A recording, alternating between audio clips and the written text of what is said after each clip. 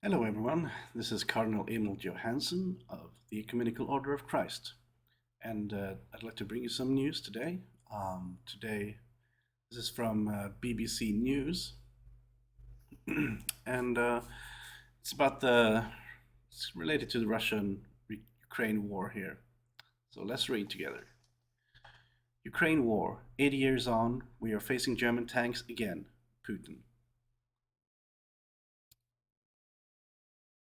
Vladimir Putin has compared Russia's invasion of Ukraine to the fight against Nazi Germany in a speech to mark the 80th anniversary of the conclusion of the Battle of Stalingrad.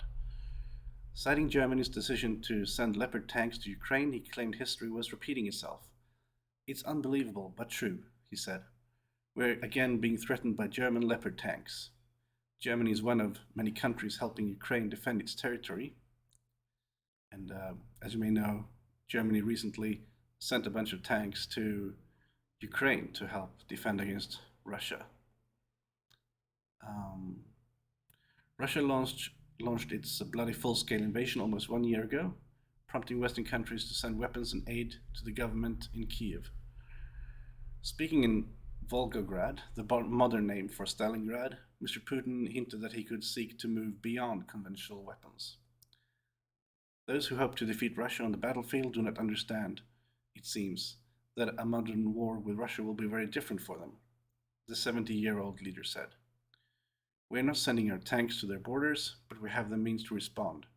It won't be limited to the use of armored hardware. Everyone must understand this.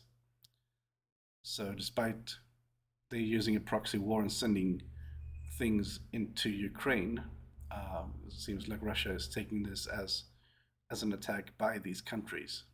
And you can understand why. Kremlin spokesperson Dmitry Peskov declined to elaborate on Mr. Putin's comments, but did tell reporters that as new weapons are delivered by the collective West, Russia will make greater use of its potential to respond. Mr. Putin was in Volgograd to mark the anniversary of the end of the Battle of Stalingrad, the World War II conflict which saw the Soviet army capture nearly 91,000 German troops and turn the tide of the war. Over 1 million people perished in the battle, the bloodiest of World War II. Throughout the war in Ukraine, Mr. Putin has falsely sought to present Russia's invasion as a battle against nationalists and Nazis, who he claims are leading the Kiev government. And he returned to the theme throughout his speech. Now, unfortunately, we see that the ideology of Nazism, already in its modern guise, in its modern manifestation, again creates direct threats to the security of our country, he said. Again and again, we have to repel the aggression of the collective West. But he vowed that while it was unbelievable but true that Russia was again being threatened by German tanks, Moscow had an answer for any country that threatened it. Volgograd was temporarily renamed Stalingrad for the day to mark the occasion, and earlier this week a new bust of the former Soviet leader Joseph Stalin was unveiled. Wow. Stalin, who led the Soviet Union between 1924 and his death in 1953, was accused of orchestrating a famine in Ukraine between 1932 and 1933. The event, called the Holodomor by Ukrainians, killed an estimated 5 million people and was recognized as a genocide earlier this week in Bulgaria. Yeah, so Stalin did quite a bit to industrialize and modernize Russia, the Soviet Union, but with some pretty brutal ways. A lot of people suffered, and especially the Ukrainians with this Holodomor, which arguably maybe was a mistake in policy. Uh, I don't know exactly. I should read up a bit more on that, but from what I've heard, it wasn't it was an unfortunate consequence to some stupid policies, and there's no excuse whatsoever. But yeah, I mean, unveiling a new bust of the person who did that, I don't know if that's a very good idea, but well, that's what they did apparently. Um,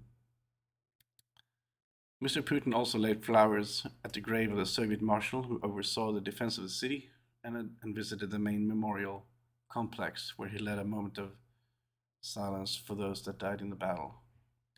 Meanwhile, thousands of Volgograd residents lined the city streets to watch a military parade. As planes roared overhead, modern and World War II era tanks rolled along the center of the city. Some of the modern vehicles were marked with the letter Z, which has become the symbol of Russia's invasion. And apparently, the Z stands for Zapad, I think, which means west in Russian. But I also think it may have something to do with it being the last letter of the alphabet, and like this being maybe the last war, like part of World War III.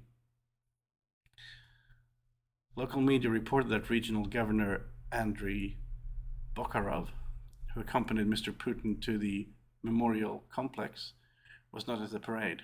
He had not been seen since 24th January, leading to speculation that he was isolating before meeting the president. Elsewhere, Ukrainian President Volodymyr Zelensky said Russia was preparing to take revenge against the West for aiding Ukraine. Now Russia is concentrating its forces, we all know that. It is preparing to try to take revenge, not only against Ukraine, but against the free Europe and the free world, Mr. Zelensky said in Kiev.